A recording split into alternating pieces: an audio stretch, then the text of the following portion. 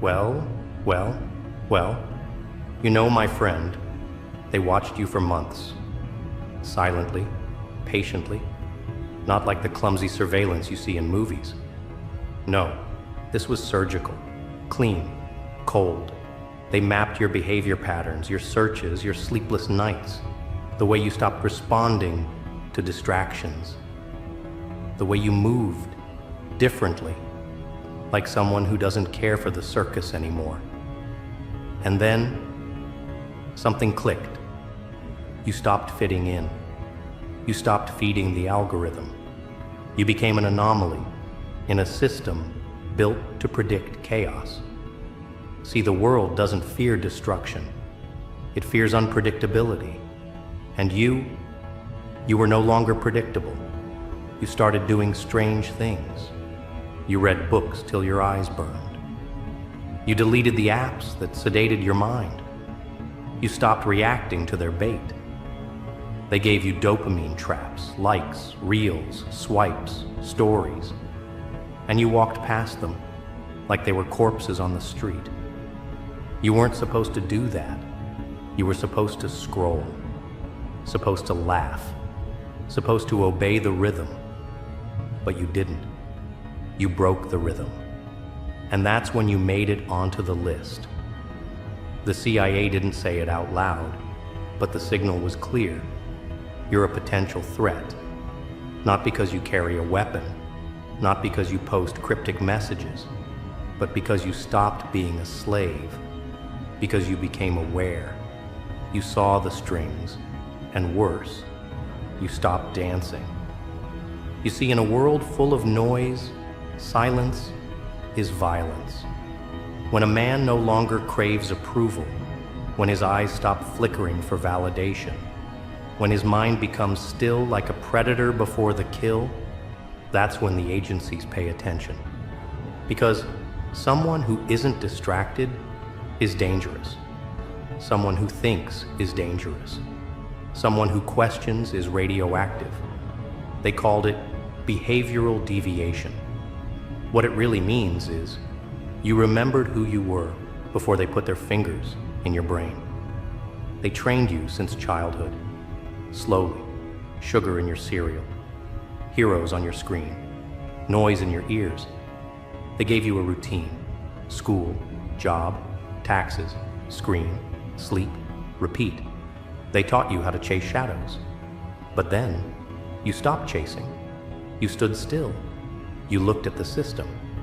And instead of clapping, you asked why. And that is when the alert went out. A human being, fully awake, is a glitch in their matrix. Someone who doesn't fear being alone. Someone who doesn't beg for entertainment. Someone who stares into the silence and doesn't flinch. That kind of person is too wild to predict, too raw to be packaged, too real to be sold. They've been watching your screen time. It dropped. Your consumption slowed. Your mind began creating instead of consuming. You weren't scrolling anymore. You were studying. You weren't buying anymore.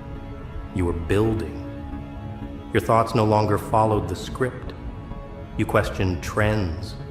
You challenged dogmas. You asked why weakness was normalized and why mediocrity was being celebrated. And when you didn't laugh along with the crowd, they flagged you. Because obedience is the true currency of this age. Not money, not status, but obedience, silent submission. The moment you become unpredictable, even slightly, you become suspicious. You weren't supposed to get this far. You weren't supposed to break through. And yet here you are. You walked past the dopamine cages, past the clickbait, past the influencers peddling emptiness. You didn't look for shortcuts. You looked for war. You signed up for suffering like a man who knows that pain is the password to power. That's when they labeled you. Not a threat to society, a threat to the system, a threat to the framework designed to keep everyone numb. You started taking cold showers. You stopped eating like a child. You started journaling your demons. You started reading psychology. You watched your own mind like an outsider. You saw your fear, your lust, your envy, your pride. You didn't deny it, you studied it. You started understanding how humans are manipulated, and worse, you started resisting it. You turned off the music. You embraced the silence. You faced the voices, and you didn't run. Most people, they beg for distractions, but you sat in the dark. You stared at your wounds, and instead of covering them with noise, you picked at them. You asked, why am I this way? Who made me this way? Who benefits from my weakness? And the system trembled.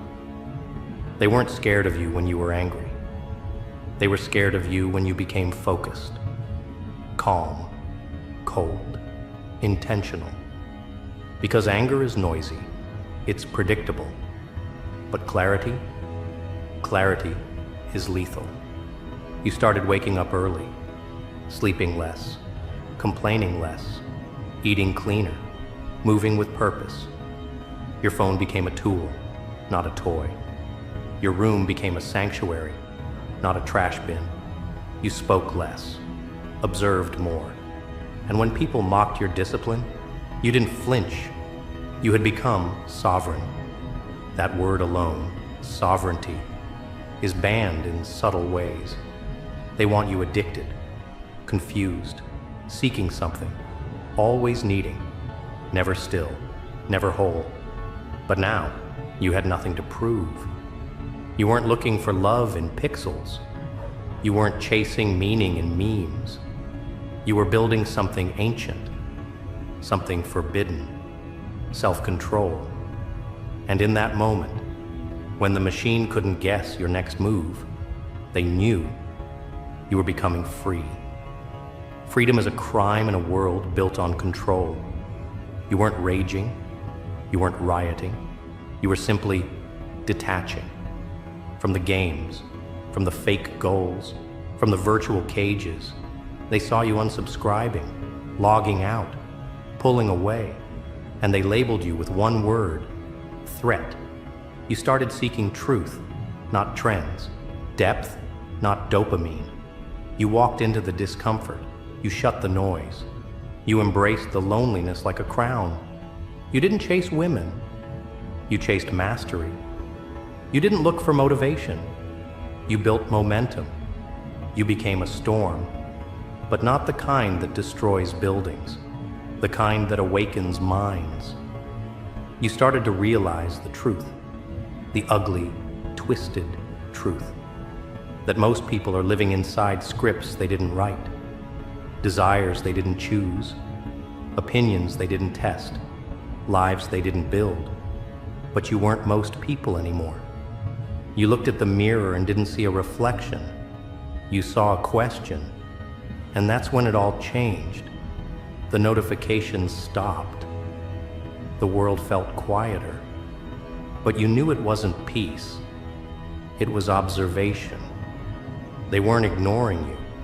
They were studying you. Because when a man becomes silent, but his eyes grow sharper, they know he's building something. Not an empire, a revolution. And the terrifying part? It starts inside his own mind. But revolutions don't go unnoticed forever. Not in a world where even your heartbeat is data. So when you start moving against the grain, not loudly, not violently, but with quiet precision, you trigger something deeper, something older. You step into a war you never declared. A war not fought with bullets, but beliefs. Not with blood, but programming. And you? You've entered the battlefield without armor, because no one told you it was war. But look around. Everything is weaponized. Language, pleasure, comfort, even kindness. What looks harmless is often the most lethal, because they don't kill you with violence anymore. They kill you with convenience. Every smooth surface you touch, every tap, every notification, every artificial smile, It's not just a distraction, it's a muzzle.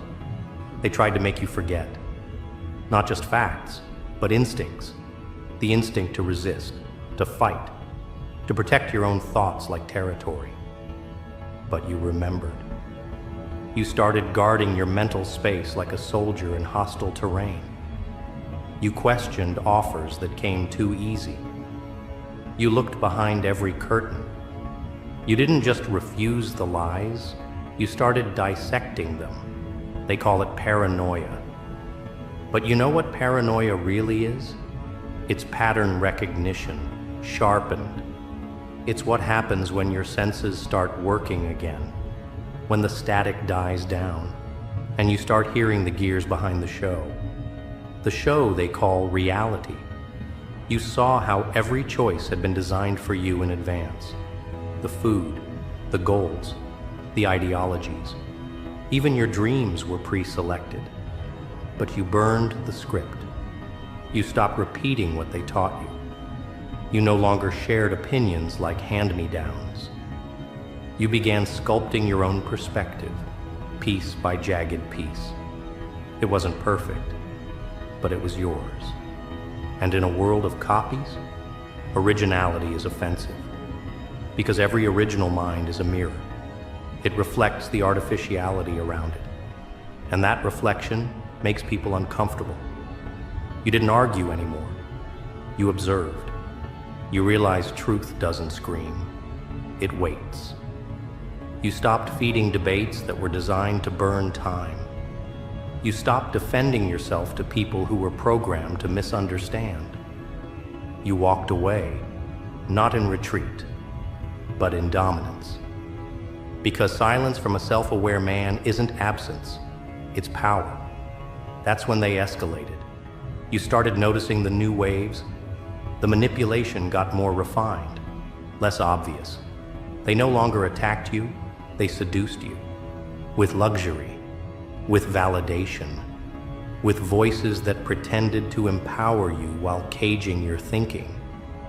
You weren't being chained. You were being comforted into stagnation. And stagnation in this war is defeat. But you stayed moving. You trained your body not just for strength, but for rebellion. Every push-up was defiance. Every fast was a rejection of dependence. Every controlled breath was you reclaiming authority over the machine you live inside. You didn't pursue aesthetics. You pursued function, precision, utility. You weren't building a body for mirrors. You were building a weapon for life. The transformation wasn't external. It was molecular. The kind of change that alters the rhythm of your presence. People sensed it. They couldn't explain it. They just started reacting differently. Some kept distance. Others got irritated. The system wants you likable, not formidable. You were becoming the latter. And the world, even those close to you, started flinching at your evolution. You weren't easy to digest anymore. That's what happens when a man starts living on principle instead of impulse. You stop negotiating your values for acceptance. You stopped sugarcoating your words for fragile egos. You stood tall in rooms where conformity was the price of entry. And when you refused to bow, they didn't confront you. They tried to ignore you. Because your existence was loud enough. But they couldn't ignore you forever. You began influencing without trying, without followers, without a platform, just by existing differently, by making discipline look natural, by making clarity look dangerous.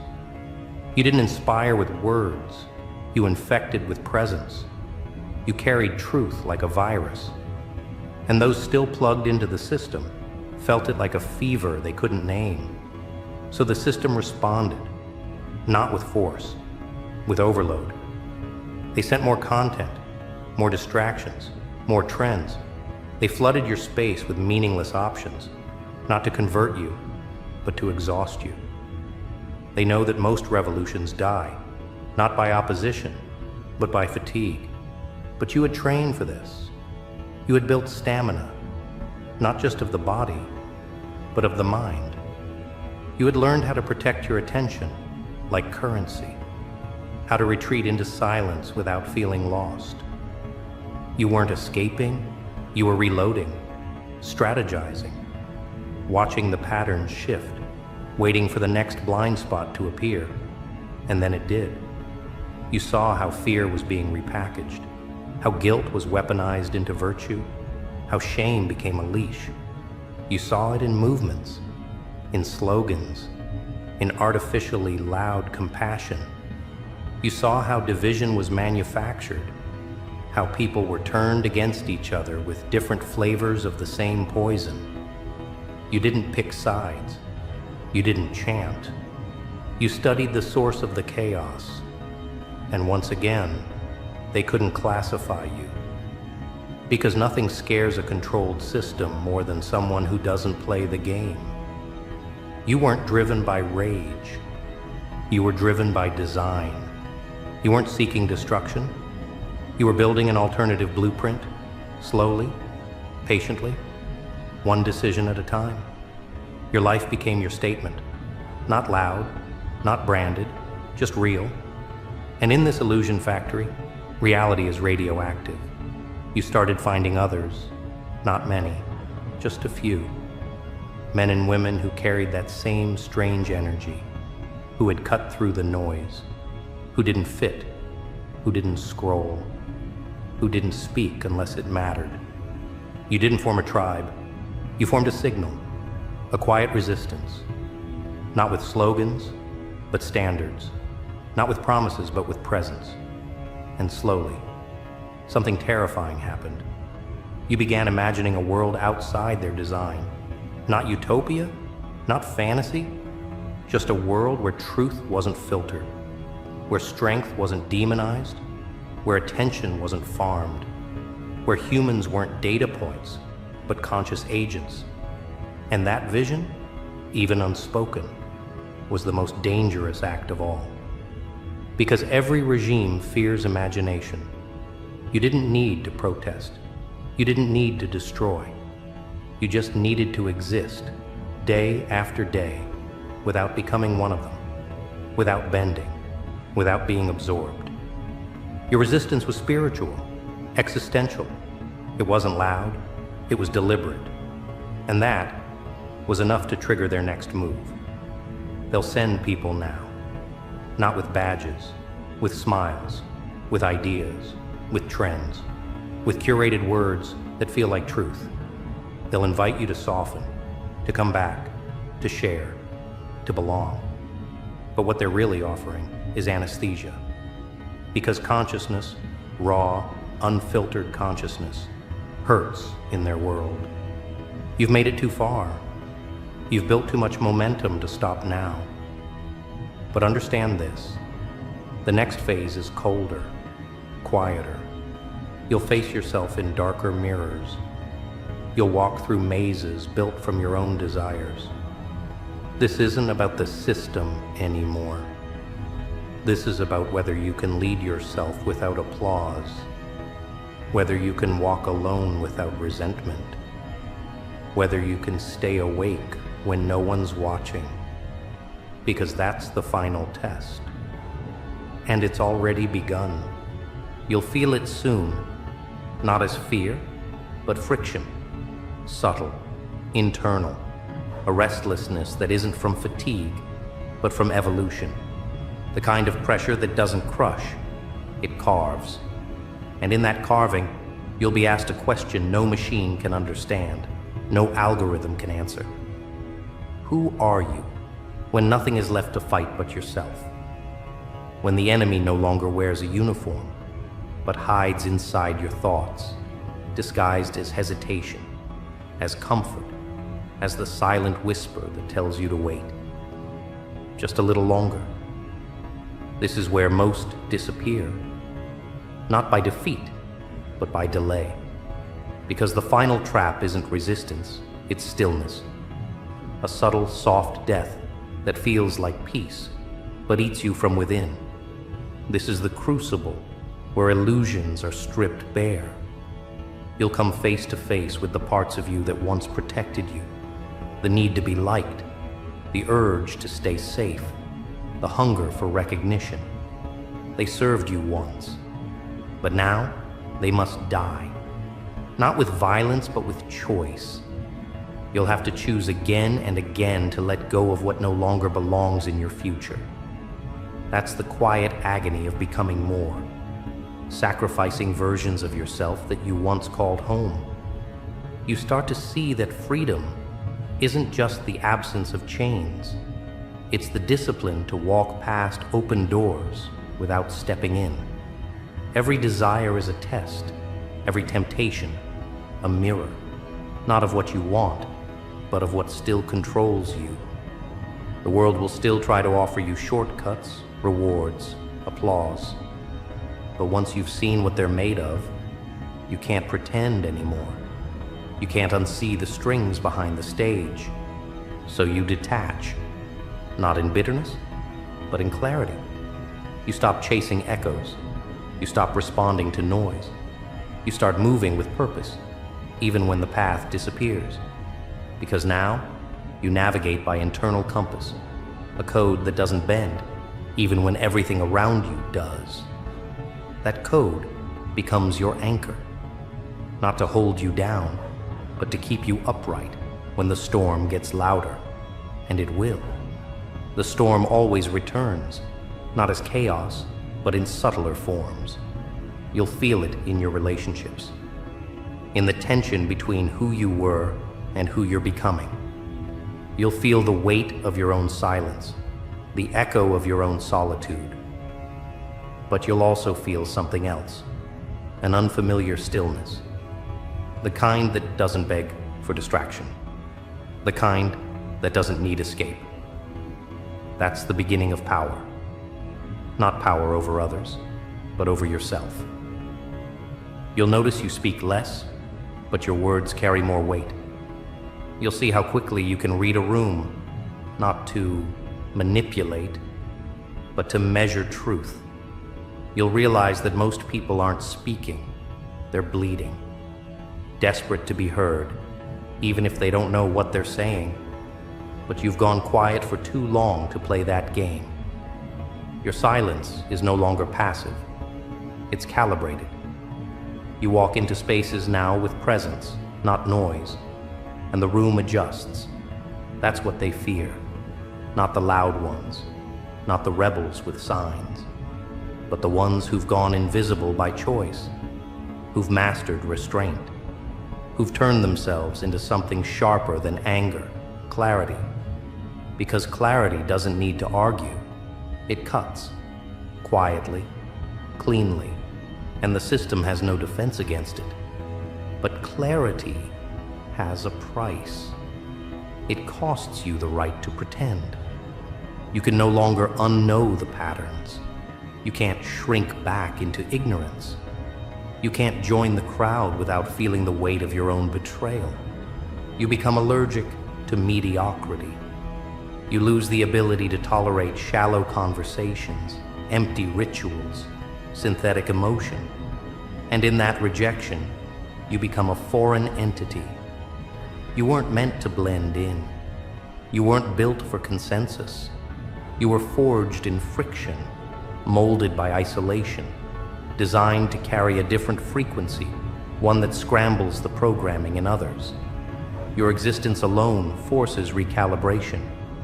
People either evolve near you or retreat. There is no neutral. You've become a tuning fork for truth, and not everyone is ready for the sound. But you didn't come here to be understood. You came here to build, to create what doesn't exist yet, to lay foundations for a future that isn't corrupted by comfort. You begin to channel the chaos. You take the pain, the loneliness, the confusion, and you sculpt with it. You become a living architecture of everything the world told you was impossible. And now, they're watching. The same ones who doubted you, who mocked your silence, who called your intensity too much. They're beginning to sense it, that you've crossed a threshold they can't follow, that you didn't just change your routine, you rewired your identity. You became sovereign. And sovereignty isn't loud, it's lethal, because a sovereign man is uncontrollable. He doesn't need their systems, their validation, their labels. He doesn't react, he responds. He doesn't argue, he moves. He doesn't cling, he releases. And that terrifies them, because control only works on those still starving for approval. You've outgrown that hunger. You feast on solitude now, on clarity, on fire. You're not angry, you're awake. And you know the final truth, that the real war was never out there. It was always inside. The enemy wasn't a politician or a corporation. It was the part of you that believed you were powerless. The voice that said you had to obey, that you had to wait, that you had to be less, feel less, want less. You silenced that voice, not with noise, but with action. You became what they said you couldn't. You endured what was meant to break you. You rebuilt your mind brick by brutal brick until it became a fortress. And now you don't need to be told you're dangerous. You already know. You've become the anomaly they can't model, the variable they can't predict, the glitch they can't patch. You've left the simulation, not with a scream, but with a step. And now that you're out, you see it all. How deep the programming runs, how scared they are of stillness, how allergic they are to silence. Because in silence, the truth echoes. And in truth, there is no control, only choice. You made yours, long ago, quietly, permanently. And now you walk alone, not in exile, but in elevation. No badge, no flag, no anthem, just presence, just fire, just eyes that no longer blink when faced with falsehood. You're not waiting for a sign. You are the sign. You're not looking for the way. You are the way. You're not asking for permission. You're the proof. And they know it now. That's why they classified you. That's why they buried your name behind code. That's why they monitor your movement. Not because you're violent, not because you're loud, but because you became what they feared most, a man who woke up.